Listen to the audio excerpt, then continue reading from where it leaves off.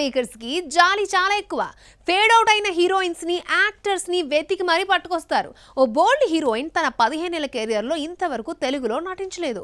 ప్రస్తుతం ఈ అమ్మడి చేతిలో ఒక్క సినిమా కూడా లేకపోయినా ఓ స్పెషల్ సాంగ్ కోసం ఛాన్స్ ఇచ్చారు. ఇంతకీ ఆ బ్యూటీ ఎవరు, ఏ సినిమాలో ఆడి పాడిందో చూద్దామా? అమెరికాలో పుట్టి పెరిగిన నర్గీస్ ఫక్రీ 2011లో రాక్ స్టార్ మూవీతో వెండితెరకు పరిచయం అయింది.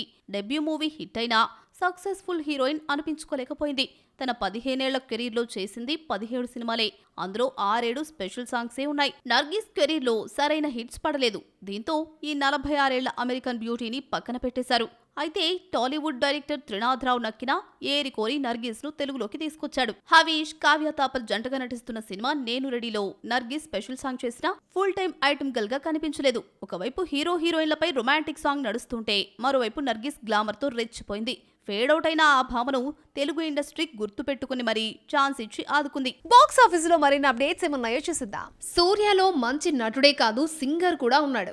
ఆగస్టు 14న రిలీజ్ అవుతున్న విశ్వనాథ్ అండ్ సన్స్ లోని వెడ్డింగ్ సాంగ్ ను తమిళ్తో పాటు తెలుగు వెర్షన్ లోను సూర్య పాడడం విశేషం.